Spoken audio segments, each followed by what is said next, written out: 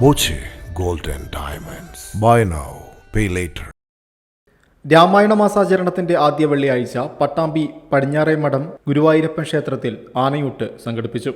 പടിഞ്ഞാറേമഠം മണികണ്ഠനെ പ്രത്യക്ഷ ഗണപതിയായി സങ്കല്പിച്ച് ഗജപൂജ നടന്നു. ക്ഷേത്രതന്ത്രിമാരായ ശ്രീധരൻ ചുമരത്ത്, മനക്കൽ ദിവാകരൻ നമ്പൂതിരിപ്പാട്, കാലടി പടിഞ്ഞാറടത്ത് മന ശങ്കരനുണ്ണി നമ്പൂതിരിപ്പാട് എന്നിവർ കാർമ്മികത്വം വഹിച്ചു. Guruvayur Devaswom chairman doctor VK Vijayan ആനയൂട്ടിന് തുടക്കം കുറിച്ചു. പട്ടാമ്പി മണികണ്ഠൻ, കുറ്റ്നാട് വിഷ്ണു, ഉമാമഹേശ്വർ മഠം ഉമാദേവി എന്നീ ആനകൾ പങ്കെടുത്തു. നഗരസഭാ chairperson O. Lakshmikutty, Malabar Devaswom commissioner TC Biju, Malabar Devaswom board member K. Sudhakumari, OK baby Shankar എന്നിവർ പങ്കെടുത്തു.